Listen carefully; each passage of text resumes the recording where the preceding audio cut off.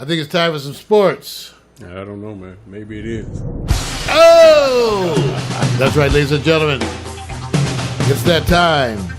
The weekly moment, Victor Allen's new Sportz. Written and directed by the bald-headed black man. Rub his head and make a wish. That's the way we do it. New Sportz. Dress appropriately.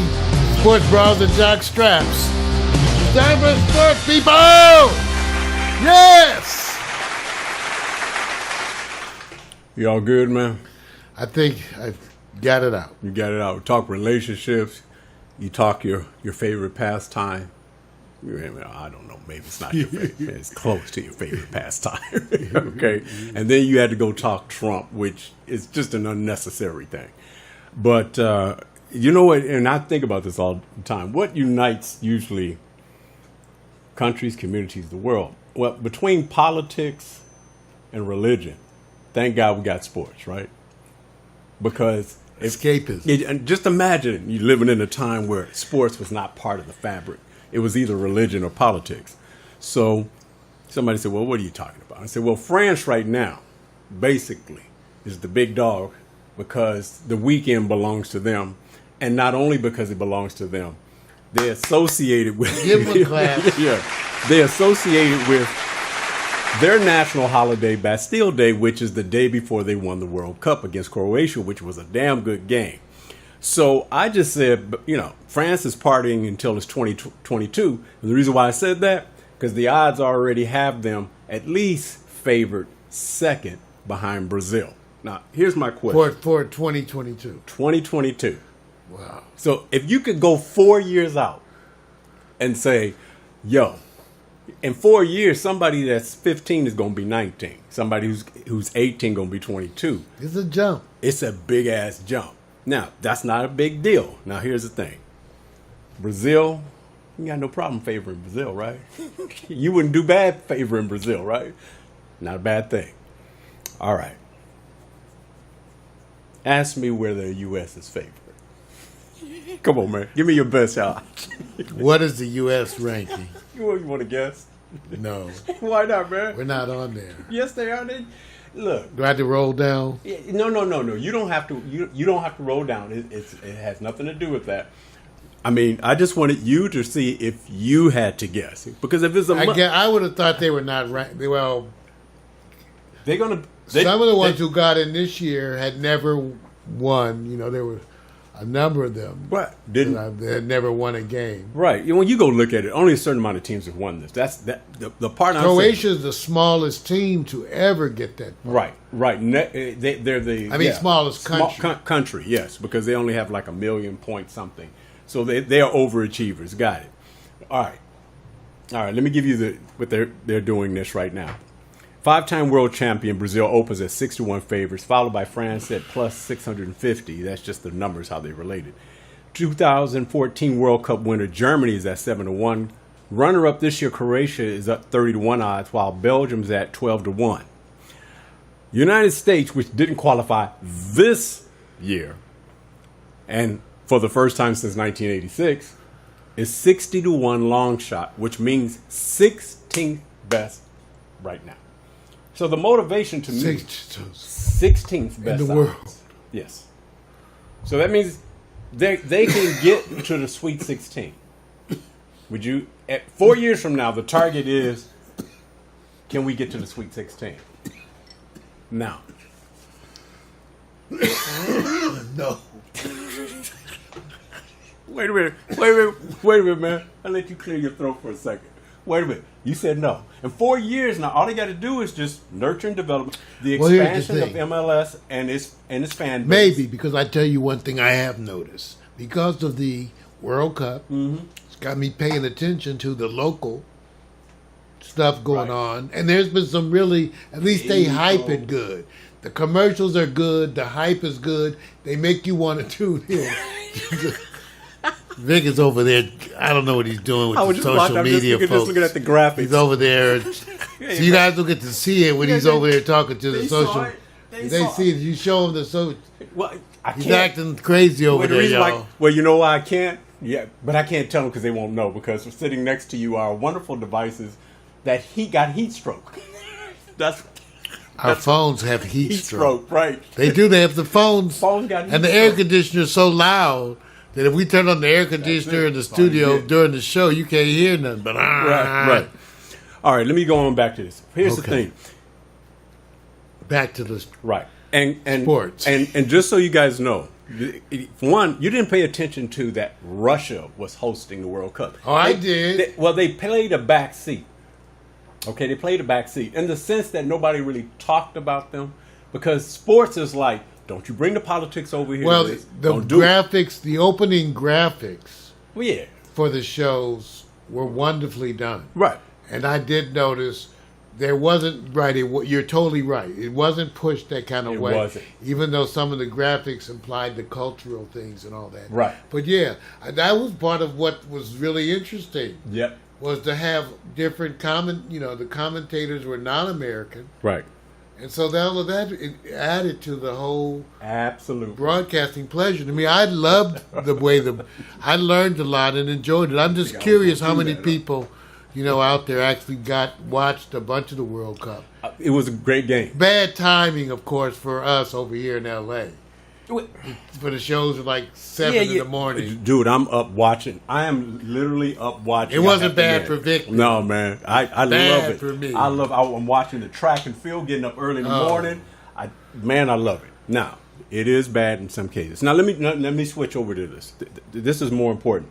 Because I keep saying if you haven't had a chance, before I even get to the next subject, but whenever you have a chance and you could get to a World Cup game, go to it, or the Olympics. Because I think the United States right now is probably positioned to try to bid maybe for the ones after Qatar, which is in 2022. Now, with that being said, let me go over to another topic, which is called, I have to say this, man, Hey 19. Boom. I knew he's watched. Yeah, you tell them they don't know what that means. Hey 19 comes from what? Song by the Steely Dan. Steely Dan. Hey 19. Now, of course, Steely's talking about a woman. This is Kylian Mbappe, the French professional football player who literally did something that no one has done since Pele. First teenager. Mbappe! To score. Man, he was impressive. Dominantly in a way at his young age, which gets me to this whole thing about youth movement has come alive. You don't say teenager and mean, oh, well, you need time to grow.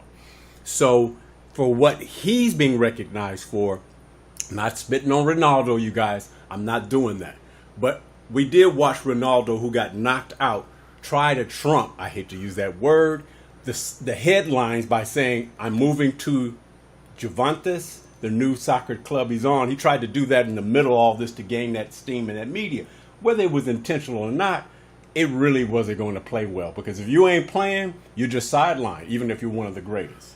So I like the idea that everybody's talking about Mbappe as the next comer. As the next comer, man.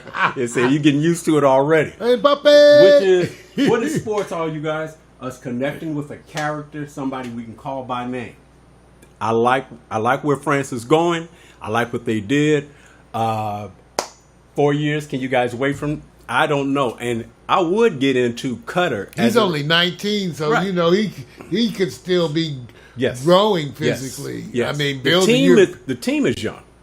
Yeah, the team is young. Mbappe. There you go. All right. So I just wanted to give you that so you guys kind of understand where we're going with this and why it was important for me to start this off with the youth movement. Now, here's the other thing. Anybody knows about the country Qatar? Not many people. I'll say this.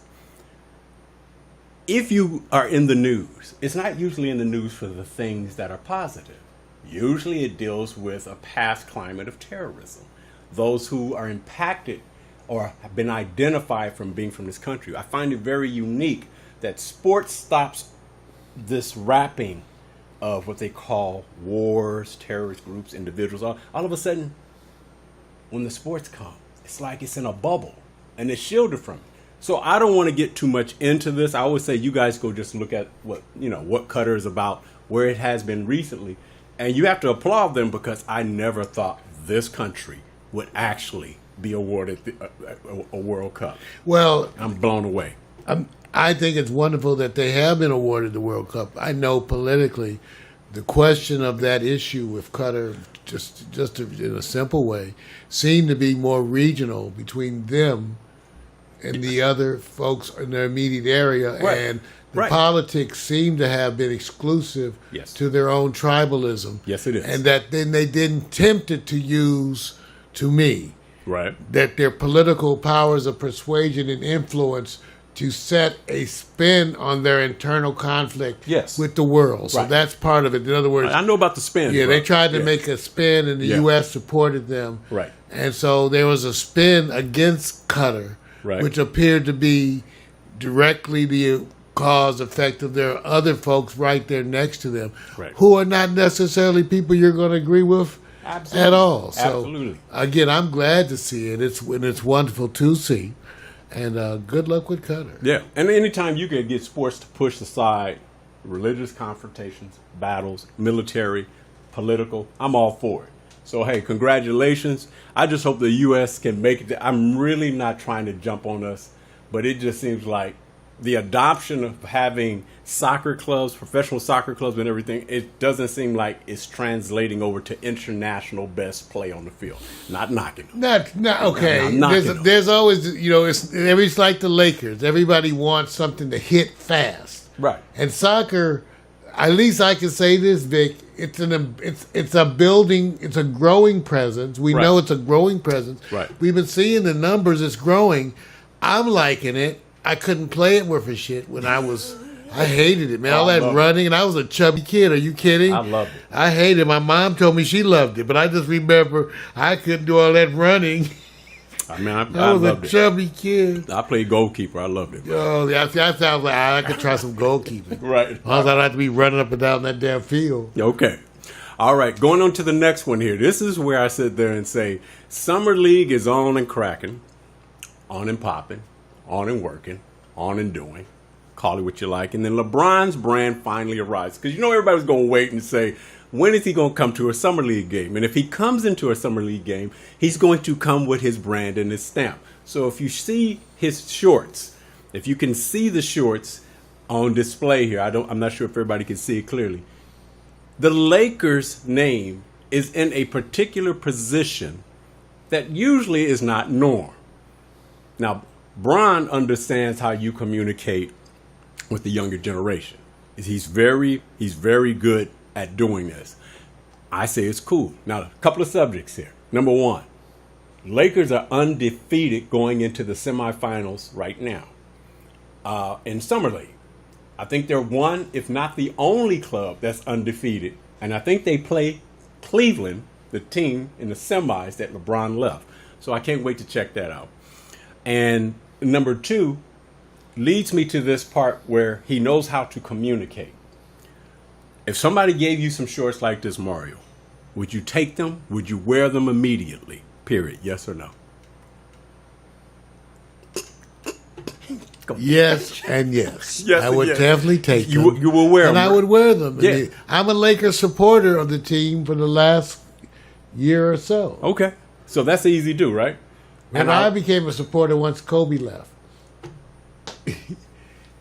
Blah, blah, blah, blah. Next Just saying. See, that's just wrong. I'm just saying. It's the truth. So you guys understand. When Kobe left, then I was, I had a little buffer time. Blah, blah, blah time, What's happening, Irv? What's happening, Shukla? All right, Brent, next time you want to talk something, Michael bring Miss Shirley into the chat room. Okay, now let me go to next. I said hi to mine, Irvin and Ben and Shukla, Michael, Bilal.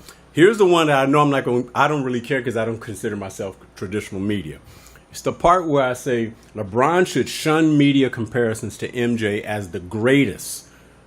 He's paving his own road as the greatest. The reason why I say that is that as you mature and then you start moving into an area, right at this point, no one can compare to the MJ who did the brand with shoes.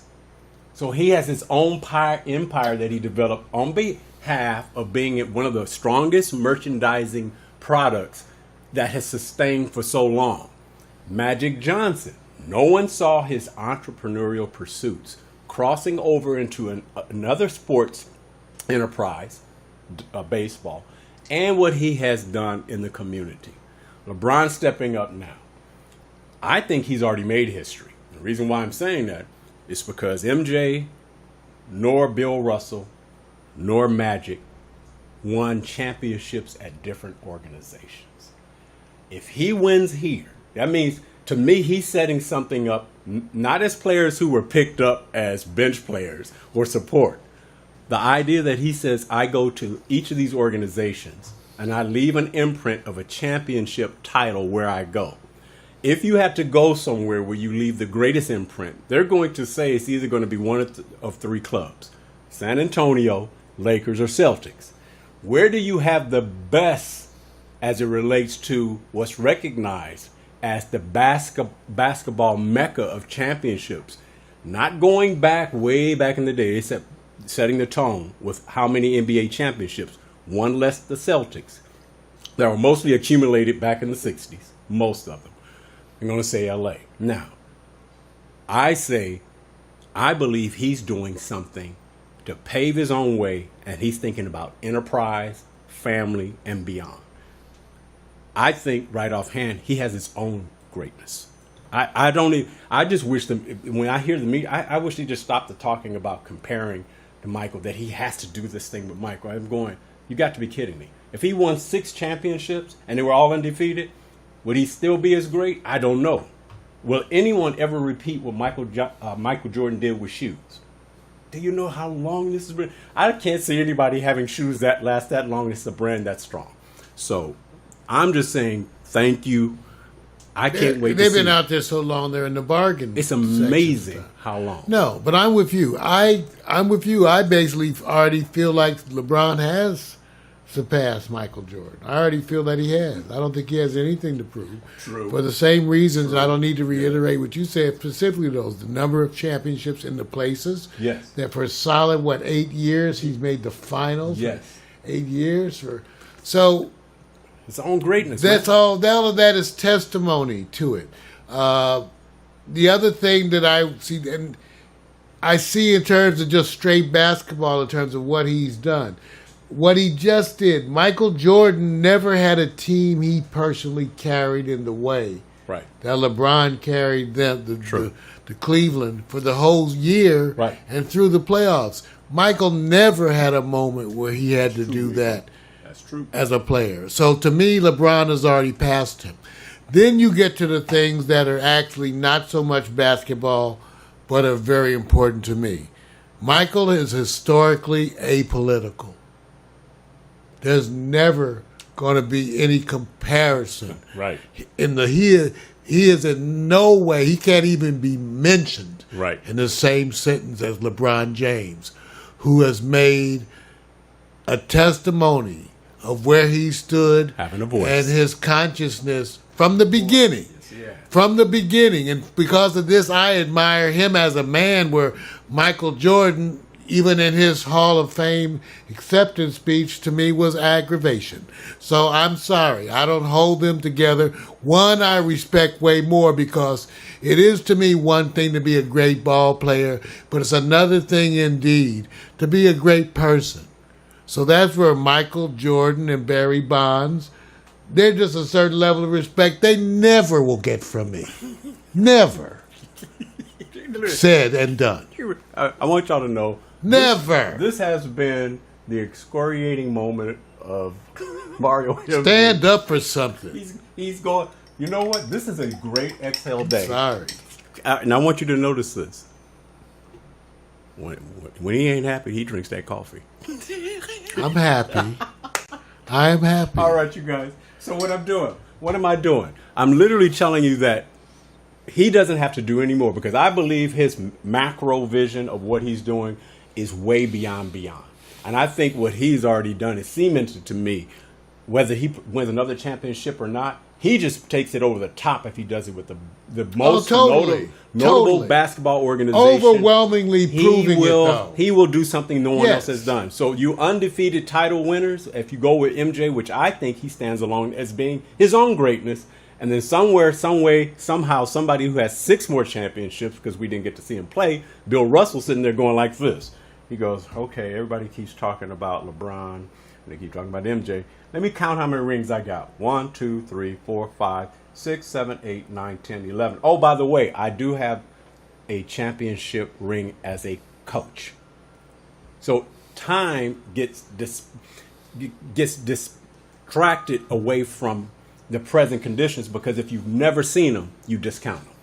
So where's greatness? I think they're all great. Yeah, they're great. Some are just great ball players. Yeah, they all great, man. Leave That's them alone. it.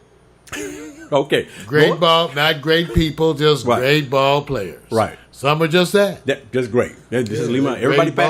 That don't mean you're a great human being. Just like a lot of women tell Mario, you're such a ladies' man, all day. All right.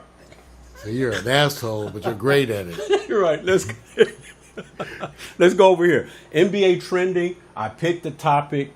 Which one sounds off to you? And I'll just say it real quick here. Serena Williams. Serena Williams. She's not in the NBA. Finals loss. Unbelievable what she went through in her health to come back in the first year. How is she in the NBA trending though? Wait a minute. Just hold on. I had to do this for a reason. I didn't put in there special, and I didn't. That's me. My bad on that. So Mario caught it. Brick. So, but I had to put her in there because there's just, if I had looked at the topics that I'm looking at here, I got Carmelo Anthony parting ways, Summer League Lakers undefeated. We covered that. Tony Parker now a Bull, and Isaiah Thomas a Nugget. I still had to turn around. Don't say it, dude. Don't go there. Wait. Tony Parker's a Bull and Isaiah's a Nugget. Do it. See, man, come on, man. All right. Yeah, I don't know. That sounds a little... It sounds a little extra. I know you're going there. All right. So here's my thing.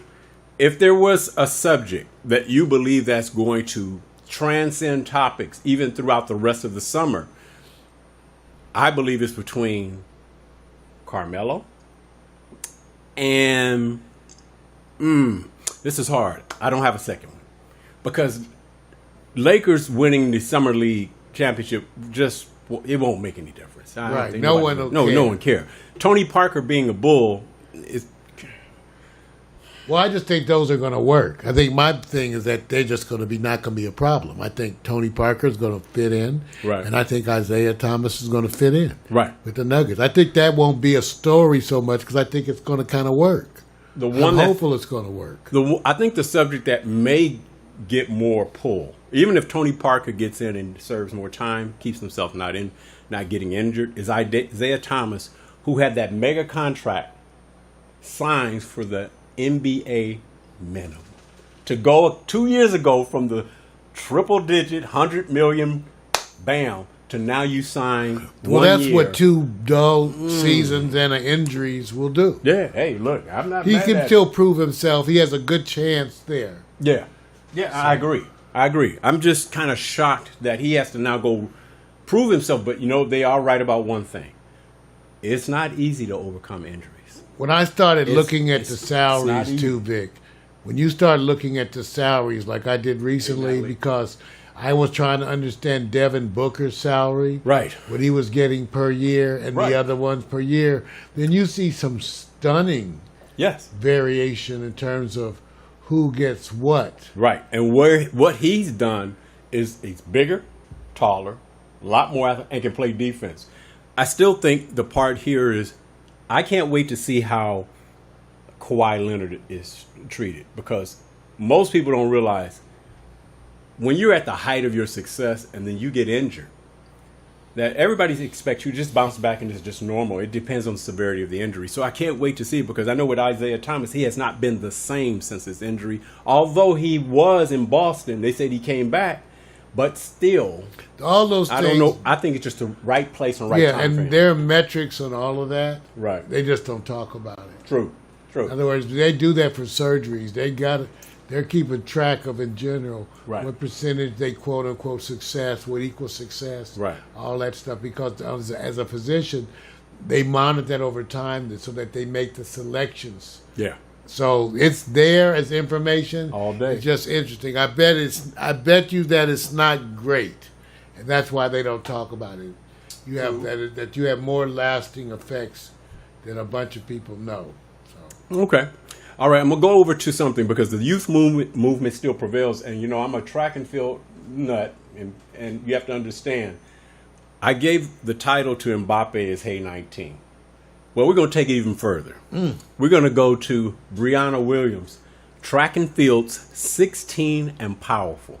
Now, if you don't follow sports, and if you really don't follow track and field, this may not mean a damn thing to you. But 16. So recently, Brianna Williams, who's out of Oakland Park, Florida, she's a sophomore in high school at Northeast. I want to give her props to Northeast High. Wins the 100 and 200 meters at the IAAF World Under 20 Championships. That means the world best track and field athletes under 20 years of age.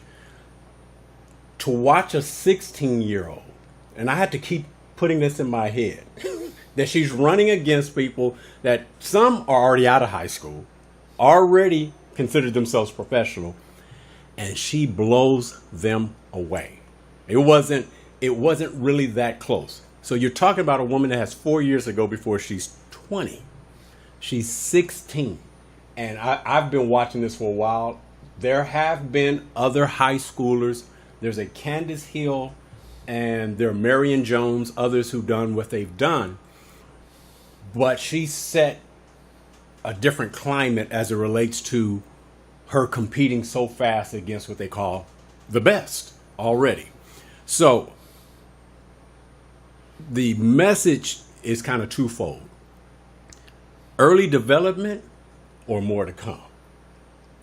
Mar, you know this. Some people peak at an earlier age, but when you're 16... Well, most of us would say medically that barring injury, that they have still developmentally have what appears to be routinely more space to grow and develop. Yes. That's one thing about it. It's barring injury. Yep. That they're going to get stronger naturally and bigger, stronger. So theoretically, they're at that age where they can, potentially take advantage of that. So yeah, absolutely wonderful. She is just amazing, a mighty mite. And when I say that, mighty mite, she's a mighty mite. She gets up, she's powerful. Hey, look, and she's a sweetheart. All right, I'm going to take you over to what I call a changing of the guard. Traditional sprint countries take back seat at the same championship that Brianna was at. And the reason why I'm just giving up a props to, because in these particular countries, these particular individuals are almost like heroes because they upstage the great sprint countries, USA, Jamaica, Great Britain, and others. Two particular. One, if you ever watch the 400-meter race, is India's Hima Das. She is actually right. Basically, you can see her name. Das is right there. Blown away that they said she is a superstar in her country, but yet she is in the category of under 20, not the ultimate professionals from India's track and field, because she is it. Want to give props because literally watching this race, she is a superstar. Want to give reference to it because when they talked about it, they said, when you talk about India, who do you think? And you really go, well, this is their first. Congratulations to them. Want to go over to my man to the far right, on my right, probably you guys, your left, is Lalu Muhammad Zori. 100 meters. Now, I want you guys to understand, I watched this race. Everybody goes, it's Jamaica, and it's USA, and it's Great Britain. And when you see the speed, and you see the surprise on this guy's face when he won the 100 meters, I was going, they said the same thing. He says, he's like a national hero already. So I love the idea that you see opportunity present greater success. And it's not built around the same climate that the powerful teams from these specific nations that always tend to dominate are going to always rule. Want to say congratulations to this team. I didn't cover everybody. Those were the two specific ones I want to get to. If you guys ever want to check them out, go check out the video. Go watch Hima Das. Go watch Zori. And definitely go check out to see how Brianna Williams run. Just go click the video one time, World U20, and you'll see it. I'm done, man. You can take it out of here, Mario. It's all on you. That's Victor Allen's New Sports, a recurring segment of the Morning Call with Mario show. Here, every Monday. Come and enjoy. Remember to dress appropriately, sports bras and jock straps, bring your own foot powder, and be part of New Sports. Yes. Pax Stereo.